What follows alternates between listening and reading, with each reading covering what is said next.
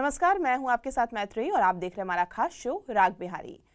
आज हम जिन विषयों पे बात करेंगे उसमें पहला विषय है आरजेडी में टूट का जिस तरह से दावा किया जा रहा है, तो क्या 25 में से 15-16 विधायक वाकई पाला बदलेंगे या बीजेपी सिर्फ दबाव बना रही है। दूसरा जो विषय होगा हमारा, उपेंद्र कुशवाहा ने पटना का नाम पाटलिपुत्र करने की मांग की है राज्यसभा में, तो क्या ये इतिहास की वापसी है या कोई सियासी मुद्दा है। और तीसरा जो हमारा विषय है वो है शराबबंदी पर जिस तरह से घमासान मचा हुआ है, एनसीएईआर की सिफारिश जिस तरह से सामने आई, जीतन राम मांझी का गुजरात मॉडल वाला बयान आया और सरकार का साफ उस पर इनकार आया। तो आज चर्चा यही है कि बिहार की सियासत में आखिर पक क्या रहा है और क्या क्या आगे होने वाला है, क्या शराबबंदी कानून पर सरकार विचार करेगी, क्या पटना के पाटलिपुत्र बनने के नाम पर विचार कर सकती है सरकार। इन सब भी मुद्दों पर बात करेंगे। हमारे साथ है वरिष्ठ पत्रकार दीपक कोचकवे जी। सर बहुत बहुत स्वागत है। सर जिस तरह से बिहार की राजनीति में आरजेडी में टूट के दावे हो रहे हैं उससे हलचल तेज है। बीजेपी प्रवक्ता मृत्युंजय तिवारी का दावा है कि आरजेडी के 25 में से 15-16 विधायक कभी भी पार्टी छोड़ सकते हैं। इसके पीछे लालू परिवार की अंदरूनी कलह, तेजस्वी यादव की लीडरशिप पर सवाल, महागठबंधन में कोऑर्डिनेशन की कमी और एमवाई वोट बैंक में सेध को बड़ी वजह बताया जा रहा है। और बांकीपुर उपचुनाव में जिस तरह से आरजेडी के वोट भी काफी घटे हैं, उसके अलावा पार्टी ने अपनी सभी संगठनात्मक कमिटियां भंग कर दी। हालांकि आरजेडी ने टूट की जो अटकल है उसको खारिज किया है, लेकिन सवाल उठ रहा है कि मृत्युंजय तिवारी आखिर क्या क्या उनके पास ऐसा सबूत है जिसको लेकर वो ये दावा कर रहे हैं, और क्या आरजेडी में सचमुच बड़ी टूट होने वाली है या सिर्फ एक सियासी दबाव बनाने की ये रणनीति है। देखिए, जहां तक आपने सवाल किया, जिस तरह से आरजेडी में उठापटक और इंटरनल इन्फ्लिक्ट चल रहा है वो तो चल रहा है, इसमें दो मत नहीं है। और जिस तरह से बिहार की राजनीति में आरजेडी एक बड़ी पार्टी हुआ करती थी, आज वो 25 में सिमटी हुई है। वजह लीडर थी। तीसरी वजह है कि क्या तेजस्वी यादव की लीडरशिप पर अब सवाल खड़े हो रहे हैं पार्टी के अंदर।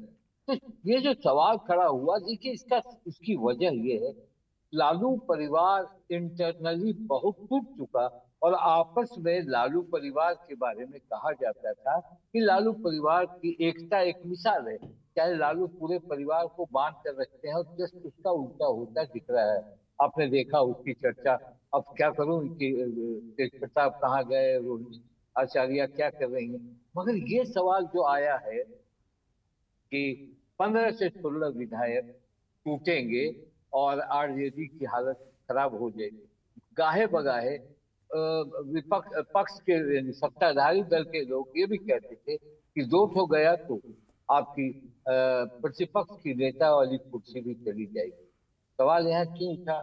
सवाल ये उठा कि जब बांकीपुर में आपकी जमानत जब्त हुई, कम वोट नहीं आया, वैसे कम वोट नहीं करते तो जमानत जब्त हुई और आपके वोटर बिखर गए और अच्छी संख्या में बिखर गए, तो ये लगा कि तेजस्वी यादव पार्टी पर के में इंटरेस्ट नहीं ले रहे हैं, अमेरिका घूम रहे हैं, लंदन चले जाते हैं। तो ये बात इनके इनसाइड, और जिस तरह से संजय यादव, शक्ति सिंह यादव, भोला यादव, उसके बाद आप आ जाइए और भी जो जो किचन कैबिनेट है, उसको लेकर आक्रोश था। जब भाई वीरेंद्र ने बयान दिया, भाई वीरेंद्र ने संगठन की भूल बताई, संगठन की गलती बताई, शक्ति यादव पर भी हमला किया, ये बात। और उससे पहले जब मृत्युंजय तिवारी हार्डकोर, हालांकि कितना उनका वोट बैंक है, कितना उनका असर होगा विधायकों पर, ये मैं नहीं कह सकता।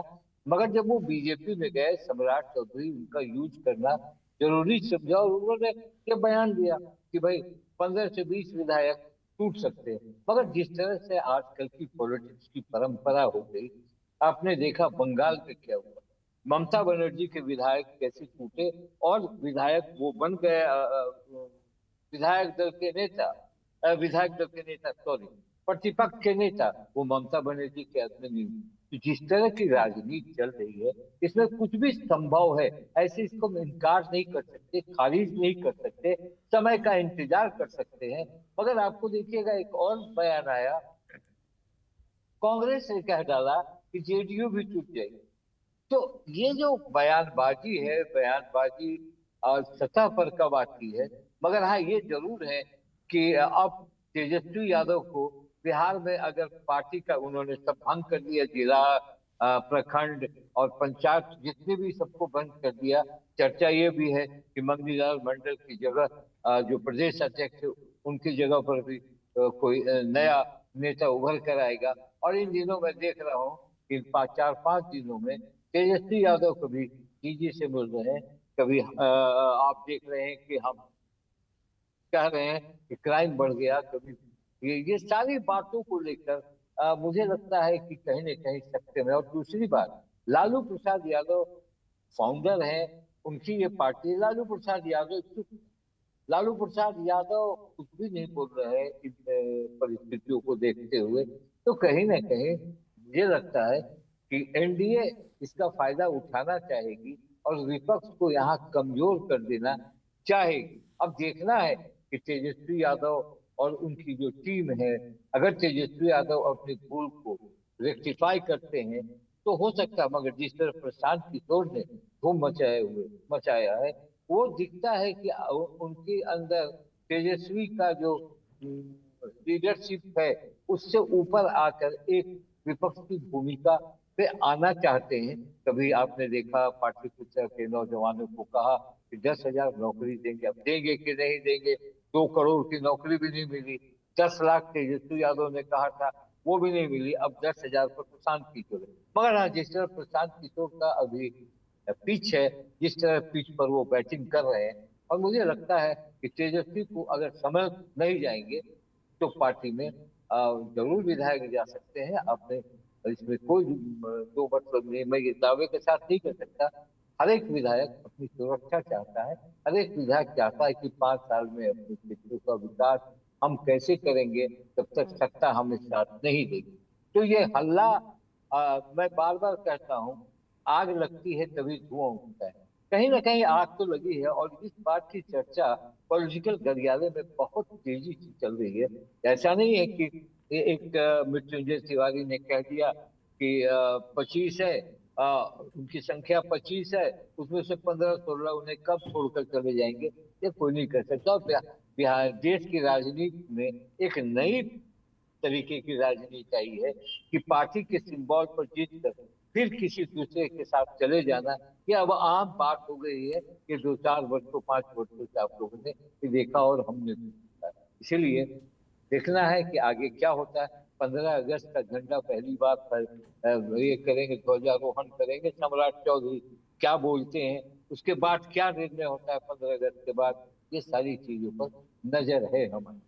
बिल्कुल सर, बिहार की राजधानी पटना का नाम बदलने की बात कई बार उठ चुकी है, कई जगहों पे लगातार ये बात सामने आ रही है। सरकार की तरफ से भी कई बार ये कहा गया है कि पटना का नाम पाटलिपुत्र, स्वयं सम्राट चौधरी भी एक मंच से पटना का नाम पाटलिपुत्र बदलने की बात कह रहे थे। तो अब ये मांग जो है वो राज्यसभा सांसद उपेंद्र कुशवाहा ने उठाई है। उनका कहना है कि पाटलिपुत्र बिहार के गौरवशाली इतिहास और प्राचीन पहचान से जुड़ा हुआ है और मौर्य काल में पाटलिपुत्र एक बड़ा राजनीतिक केंद्र और राजधानी रहा है।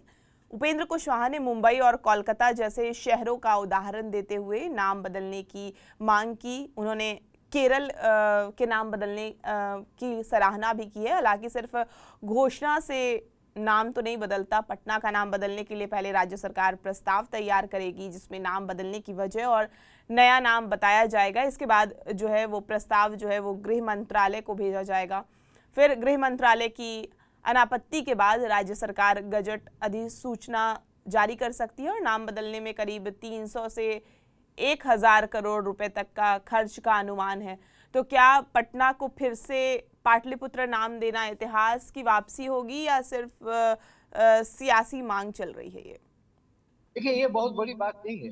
जिस तरह से एनडीए की गवर्नमेंट आई है और आपने देखा होगा इलाहाबाद इलाहाबाद एक ऐसा शब्द था जिसको लोग मानते थे इलाहाबाद जा रहे हैं और इलाहाबाद का अमरूद खाना है, इलाहाबाद इलाहाबाद कैसे प्रयागराज में गया। तो कैसे राज्य सरकार और केंद्र सरकार अगर मिलती है तो बात बनती है। बहुत सारे जगहों का नाम, बेंगलोर का बेंगलुरु हो गया। तो ये एक परंपरा सी चल गई, नाम बदलना, ऐतिहासिक नाम देने की चर्चा है। आपने देखा दिल्ली में आप रहती हैं, दिल्ली में कितने एरिया का नाम बदल गया, चाहे वो अकबर रोड हो या वो, सबका नाम बदलने की प्रक्रिया एक एक तरीके से बीजेपी चाहती है कि इस तरह से नाम हो जाए। सम्राट चौधरी ने कहा, सम्राट चौधरी ने भी कहा कि पाटलिपुत्रा का नाम होना चाहिए, जो मुख्यमंत्री कह रहे हैं। और उपेंद्र कुशवाहा ने इससे पहले भी, मुझे लगता है आपके साथ एक डिबेट में जब मैं बैठा था तो पाटलिपुत्रा का जिक्र हुआ था, तो उपेंद्र कुशवाहा ने पाटलिपुत्रा रखने की मांग की। ठीक है, एक एनडीए की मांग है और मुझे लगता है कि उपेंद्र कुशवाहा कितनी मांग मानेंगे। अब वो सरकार, अब बेटे को मंत्री बना ही दिए, एमएलसी बना ही दिए, उनको एमपी बना ही दिए, उनकी वाइफ को एमएलए बना ही दिए, तो कितनी बात मानेगी। बात एनडीए की मानेगी। और मुझे लगता है कि आने वाले कुछ दिनों में पटना का नाम जरूर चेंज हो जाएगा पाटलिपुत्रा में। इस पर बहुत काम चल भी रहा है। मुझे लगता है कि आपने कहा कि गृह मंत्रालय से अनापत्ति पत्र एनओसी लेना होगा, सब प्रक्रिया चल रही है और फिर के बाद किसी भी दिन पाटलिपुत्र नाम हो जाएगा। और इस नाम से देखिए, एक विरासत जो हम लोगों ने देखी है पटना में, 40 वर्षों तक रहा, पटना पटना किया मैंने। और बहुत सारी जगहों पर आप जाइएगा, आपने जैसे अभी बताया ना, इलाहाबाद का नाम, बेंगलुरु हो गया, चेन्नई हो गया, मद्रास का, तो ये सारी बातों का कोई बहुत बड़ा रोल नहीं होता। ये सरकार जिसकी लाठी उसकी भैंस। तो मैं ये कह रहा हूँ कि कांग्रेस के इलाके में भी बहुत सारे नाम आए, बदले गए, अभी एक उनका नाम बदल रहे हैं। तो ये आगे देखना है। मुझे इसमें लगता है कि नाम बदल जाएगा, पाटलिपुत्रा होगा। क्योंकि देखिए, पाटलिपुत्रा नाम रखने से पाटलिपुत्रा कॉलोनी भी एक है वहाँ, तो उसको भी तो बदलना पड़ेगा। इस तरह से अगर आप पाटलिपुत्रा रखते हैं, पाटलिपुत्रा कॉलोनी है वहाँ पटना में, तो ये सारी बातें सरकार की है। और इससे जनता की सेहत पर क्या असर पड़ता है? जनता की सेहत पर तो कोई असर नहीं पड़ता है। पटना हो या पाटलिपुत्रा हो, जल जमाव होगा ही, वाटर लॉगिंग होगा ही, पटना में हो या पाटलिपुत्रा में। तो ये मुझे लगता है कि उपेंद्र कुशवाहा जान रहे हैं कि नाम होगा, इसीलिए लगातार इसको वो उठा रहे हैं, ताकि उनकी भी एक ये मांग भी मान ली। बिल्कुल, नाम बदलने से कुछ नहीं होगा, काम बदलने से बिहार में हाँ। कई तरह के डेवलपमेंट हो सकते हैं। बिल्कुल। अगला सवाल जो हमारा है कि बिहार में जिस तरह से शराबबंदी को लेकर सियासत तेज है और एनसीएईआर की रिपोर्ट और केंद्रीय मंत्री जीतन राम मांझी के गुजरात मॉडल वाले बयान के बीच मदन सहनी ने साफ कहा है कि शराबबंदी कानून में कोई बदलाव नहीं होगा और उनका दावा है कि शराबबंदी से गरीब, दलित और पिछड़े परिवार को फायदा हुआ है और सरकार अब सिर्फ शराब पकड़ने तक सीमित नहीं रहेगी, बल्कि दूसरे राज्यों से बिहार आने वाली शराब की सप्लाई करने वाली कंपनियों पर भी एफआईआर और कार्रवाई करेगी। पुलिस या अधिकारी शराब सप्लाई में शामिल मिले तो उन पर भी कार्रवाई होगी। तो हम अपने दर्शकों को बता दें, जिस तरह से एनसीएईआर का डेटा आया था और बिहार में शराबबंदी खत्म कर नियंत्रित बिक्री और आबकारी कर बहाली की सिफारिश की गई थी, मतलब एक्साइज ड्यूटी की सिफारिश की गई थी, जिससे राजस्व जो है वो 14 से 15% बढ़ने का अनुमान है। तो क्या शराबबंदी जारी रखना सरकार का सही फैसला है, जिस तरह से मदन सहनी बोल रहे हैं, और कानून में क्या बदलाव की ज़रूरत है? जैसे रिपोर्ट में सामने आया है कि एक्साइज ड्यूटी अगर उस पर बढ़ेगी और जिस तरह से आगे आने वाले दिनों में अगर ये शराबबंदी को हटाया जाता है तो 14 से 15% रेवेन्यू जो है वो स्टेट का बढ़ेगा। ये बात आपने सही है कि शराबबंदी के बाद जो रेवेन्यू है, वो रेवेन्यू तो जरूर घटा। और जिस तरह से आज की तारीख में बिहार सरकार के पास पैसे की जो किल्लत है, वो भले लोग कहें कि नहीं सब कुछ ठीक है, तो लोगों को, बहुत लोगों को पेंशन भी नहीं मिला। अब धीरे धीरे उनकी सैलरी मिल रही है, अलग चीज है, एक अलग मुद्दा है। मगर जहां तक शराबबंदी का मसला है, 2016 में आपको याद होगा जब शराबबंदी हुआ था, पटना हाई कोर्ट ने बिहार सरकार की पूरी शराबबंदी को रद्द कर दिया था। देखिए आगे मैं बता रहा हूं। रद्द करने के बाद सरकार सुप्रीम कोर्ट गई, सुप्रीम कोर्ट ने पटना हाई कोर्ट के आदेश को रद्द कर दिया। ये देखिए, इसको लागू करने के लिए कितनी जिद है और कितना नीतीश कुमार का मसला है कि वो हाई कोर्ट के ये पर वो सुप्रीम कोर्ट है, सुप्रीम कोर्ट ने हाई कोर्ट को रद्द कर दिया। मगर जिस तरह से इसमें समाज में जो सुधार है, अगर आप माने तो समाज में एक जरूर सुधार आया। गांवों में जाइए, कुछ पॉकेट मनी बच रहा है, हिंसा हिंसा की कमी, मारपीट की कमी, ये पति पत्नी के बीच हिंसक वारदात, ये सारी चीजें कमी है। मगर जिस तरह से सप्लाई हो रहा है और जिस तरह से हाईकोर्ट ने टिप्पणी की है फिर कि हाईकोर्ट ने माना है कि समानांतर अवैध शराब का धंधा चल रहा है, तमाम चिंताओं के बावजूद सरकार, ये हम्म। हाईकोर्ट बोल रही है, तो हम्म। सरकार शराबबंदी को खत्म करने के पक्ष में कतई नहीं है। और मुझे लगता है कि आप, मंत्री साहनी ने जो कहा, और जिस तरह से नीरज जो है, नीरज कुमार जो उनके प्रवक्ता और एमएलसी है, जिस तरह से उन्होंने एनसीएईआरटी का सर्वे पर हमला बोला, और उन्होंने भी एक सर्वे किया, चाणक्य विधि विश्वविद्यालय ने सर्वे करा दिया कि हम्म। उन्होंने से कहा था कि शराबबंदी हटाने की सलाह दी थी national council of applied economic research ने, और कहा था कि सरकार को नियंत्रित तरीके से शराबबंदी को हटाना चाहिए। और ये भी कहा था, आपने जो बताया कि 14% 15% का लॉस है, कहा कि महिलाओं के खिलाफ अपराध नहीं घटा है बिहार में। ये बड़ी बात उन्होंने कही।